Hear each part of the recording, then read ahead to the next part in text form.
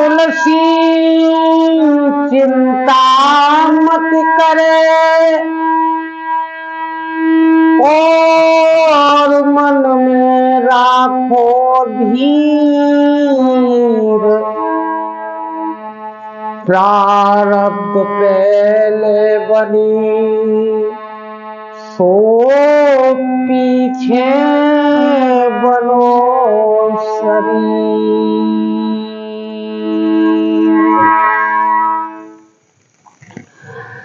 यहाँ पर बैठे मेरे सभी श्रोतागणों को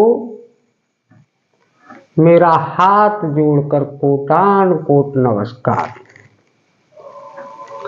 चलते हैं आज की वीडियो की तरफ। और आज की वीडियो में मैं एक कहानी ज्ञानवर्धक लेकर आया हूं। सुनोगे बड़ा ही आनंद आएगा। चलते हैं वीडियो की तरफ। एक गांव में चोरी हो गई और चोर क्या चुरा कर ले गए कि एक तो उन्होंने ऊंट चुराया और ऊंट के साथ साथ उसकी घरवाली को चुरा ले गए। पूर्णमासी का दिन था, रात्रि का समय था। चोर उस घरवाली को लेकर निकल चुके थे। जब घरवालों को पता चला कि ऊंट के साथ साथ हमारी पत्नी को भी ले गए, गांव वाले इकट्ठे हुए और जैसे ही सुबह का टाइम हुआ तो बेचारे खोज लेने के लिए चिन्ह देखते हुए, ऊंट के पैर के चिन्ह देखते हुए वो गांव से सभी के सभी निकल चुके। गांव से बाहर एक रास्ता पर घोंटू घोंटू रेत था और उस रेत पर ऊंट के पैर ज्यों की त्यों उनको मिलते चले गए। हुआ क्या श्रोतागणों,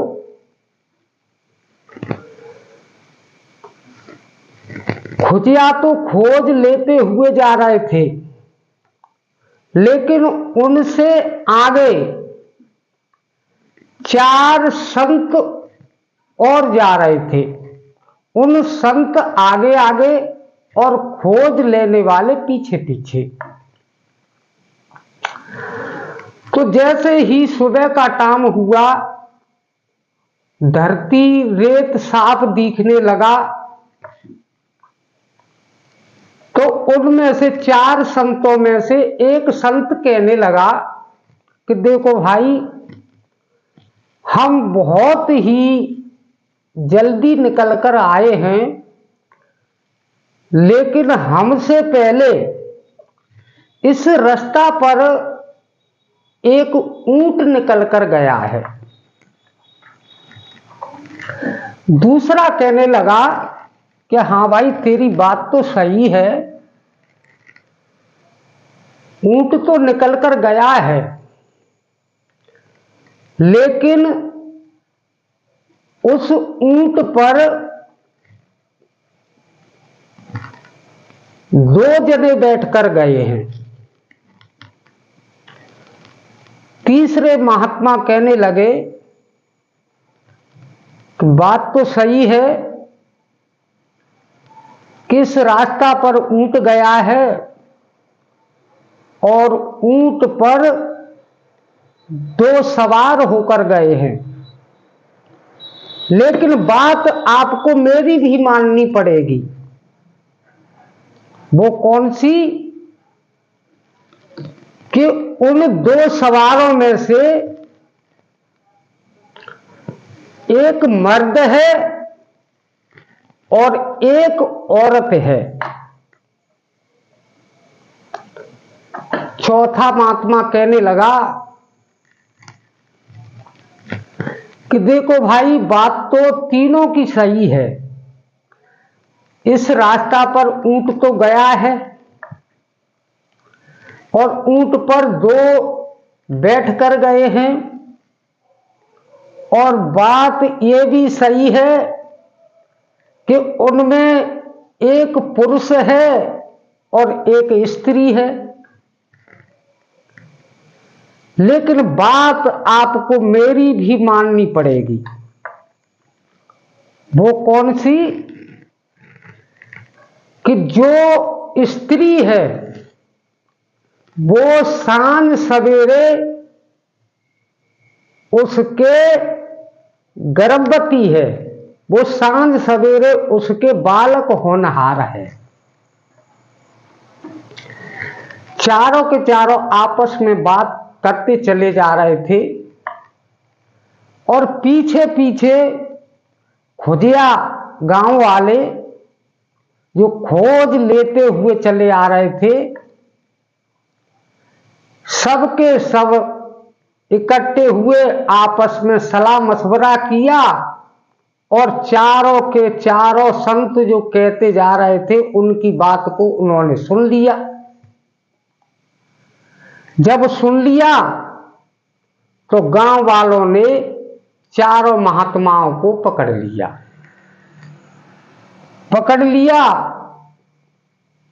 और अपने नजदीकी राजा के पास ले गए। राजा साहब से कहा, इन्होंने हमारा ऊंट और हमारी पत्नी को चुराया है। राजा कहने लगे कि भाई, ये संत महात्मा हैं, ये कभी चोरी नहीं करते हैं। गांव वाले कहने लगे, नहीं नहीं, ये हमारे ऊंट और स्त्री के बारे में सब कुछ ये बातें करते आ रहे हैं। राजा ने चारों महात्माओं को अपने पास बुलाया और कहा, उनमें से पहले महात्मा से कहा कि भाई, इसने क्या कहा? तो गांव वालों ने राजा साहब को पहले ही बता दिया। राजा साहब कहने लगे कि भाई, तेरे को कैसे पता चला कि इधर ऊंट निकल करके गया है? महात्मा कहने लगे हाथ जोड़कर, राजा साहब, जिस रास्ता पर हम आ रहे थे घोंटू घोंटू रेत था और हमसे पहले ऊंट निकलकर आया है, तो ऊंट के पैर तो अलग दिख जाते हैं और पशुओं से मिलते जुलते नहीं होते हैं, इसलिए मैंने कह दिया कि हमसे पहले इस रास्ता पर एक ऊंट गया है। ठीक है।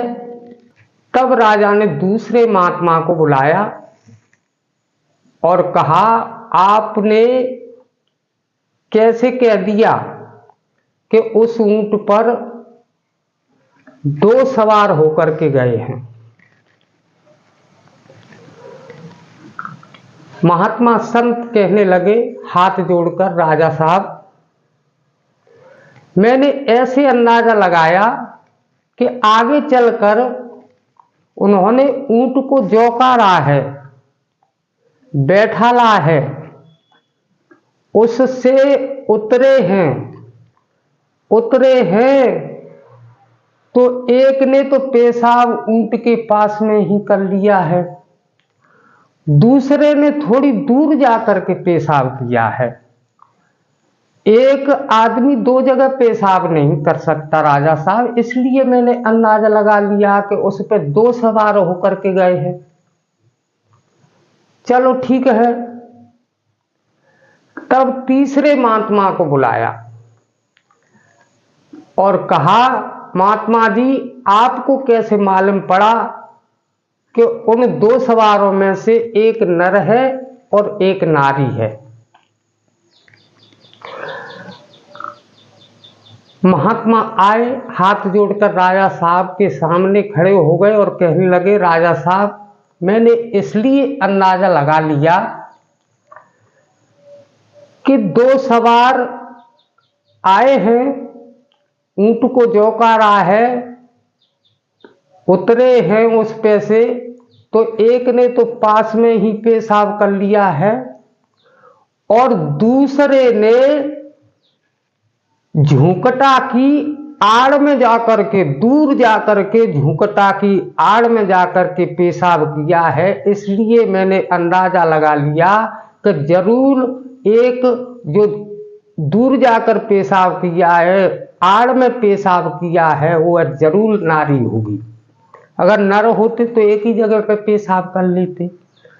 इसलिए मैंने अंदाजा लगा लिया कि उसमें एक नर है और एक नारी है।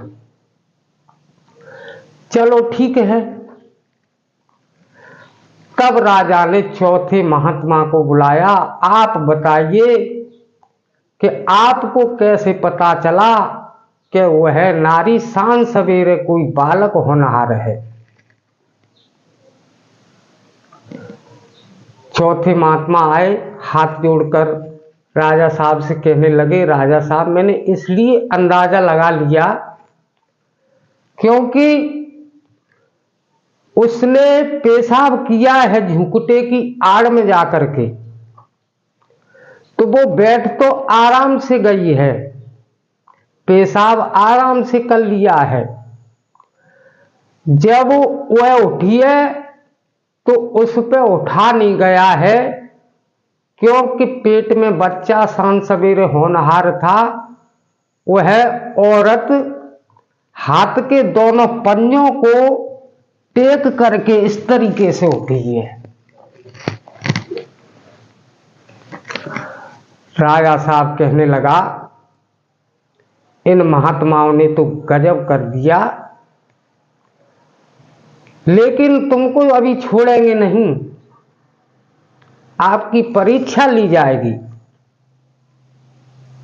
ठीक है।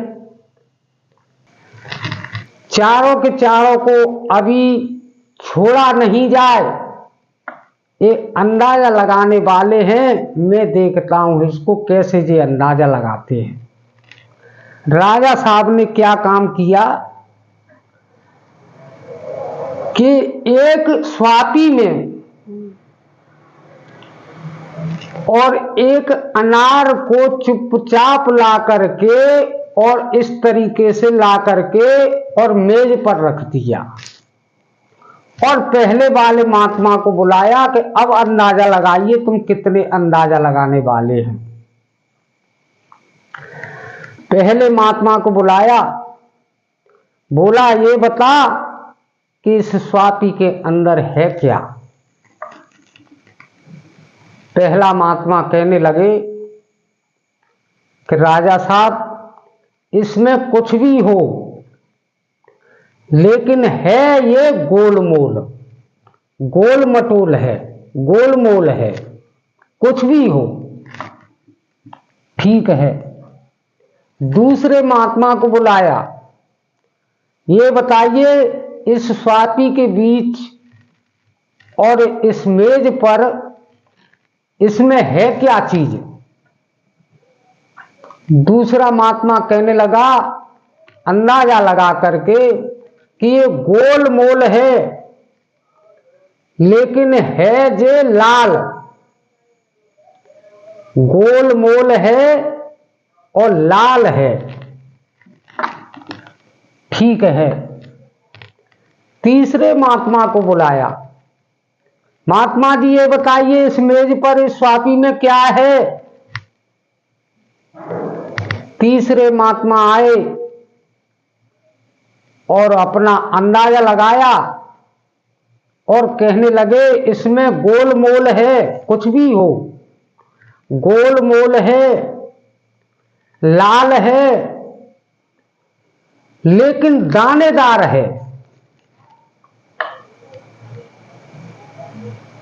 ठीक है। चौथे महात्मा को बुलाया। आप ये बताइए कि इस मेज पर इस स्वापी के अंदर क्या चीज है? चौथा महात्मा कहने लगे महाराज इसमें गोल मोल है, बात सही है, गोल मोल है और लाल है, दानेदार है, तो महाराज इसमें अनार है, अनार। बोलिए वृंदावन बिहारी लाल की जय। राजा साहब ने गांव वालों को वापस कर दिया, सत्य न्याय किया और सत्य हमेशा काम देता है। और गांव वाले बेचारे अपने गांव चले गए, महात्मा अपनी गंगा जी नहाने चले गए। बोलिए सतगुरुदेव भगवान की जय।